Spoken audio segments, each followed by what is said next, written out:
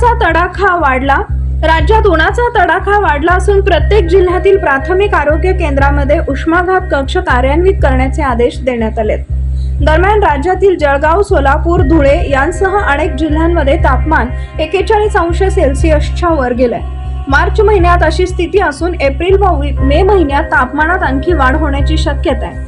यासाठी प्रत्येक आरोग्य केंद्रात हवेशीर खोली, पुरेसा औषध साठा, कक्षात पंखे, कूलरची सुविधा उपलब्ध करण्यात आली आहे। उष्माघाताने होणारे मृत्यू टाळण्यासाठी आरोग्य केंद्रांमध्ये पुरेपूर उपाययोजना करण्यात आल्यात। दुपारनंतर उन्हात जाणे टाळावे, सकाळी व संध्याकाळच्या कमी उन्हात कामे आटोपावी, सातत्याने पाणी पीत राहावे, गॉगल, छत्री, टोपी घालावी किंवा पांढऱ्या सुती रुमालाने डोके झाकावे, काळे व भडक रंगाचे कपडे वापरू नये, तसेच सैल व पांढऱ्या रंगाचे कपडे घालावेत। आरोग्यास अपायकारक असलेले शीतपेय शक्यतो टाळावेत।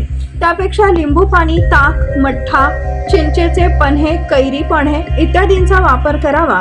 उष्माघाताची लक्षणे: शरीरास घाम सुटणे, तहान लागणे, शरीर शुष्क होणे, चक्कर येणे, उलटी, मळमळ होणे, थकवा येणे, ताप येणे, त्वचा कोरडी पडणे, शरीराचं तापमान वाढणे तसेच पोटात कळा येणे, शरीरातील पाणी कमी होणे, पाय दुखणे, डोके दुखणे, निरुत्साही वाटणे अशी लक्षणे दिसल्यास ताबडतोब डॉक्टरांना दाखवा असे आवाहन करण्यात आले।